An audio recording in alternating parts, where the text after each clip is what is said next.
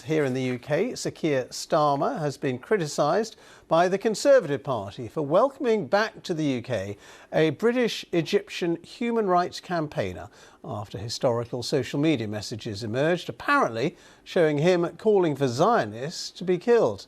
Alaa Abd al-Fattah came back to Britain on Friday after being released from prison in Egypt on a presidential pardon. Well, our chief political correspondent, Henry Zeffman, has been looking at how the government has been reacting to that criticism.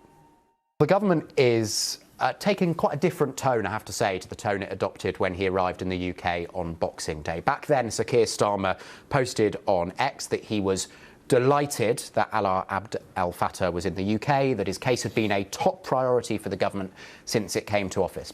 But pretty soon after Sir Keir Starmer and other senior ministers posted similar messages online, people found a string of posts on social media from the democracy activists, which many people will find very troublesome, and you mentioned one of them there. The government is now saying that they weren't aware of these posts, that they condemn them and that they find them abhorrent. But I think probably before long, Christian, the onus is going to be on the government to make a more proactive argument for why they still believe that they owed this man consular services and fought so hard for his release in Egypt. The government is facing very severe criticism from the Conservatives today, in particular the Shadow Justice Secretary Robert Jenrick, who is saying that Alaa Abd al-Fattah should be stripped of his British citizenship and deported back to Egypt.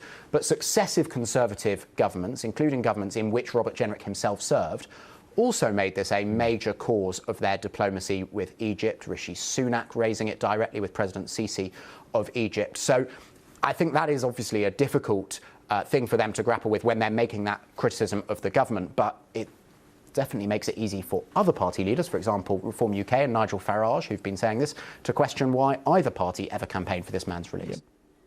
Henry Zeffman reporting.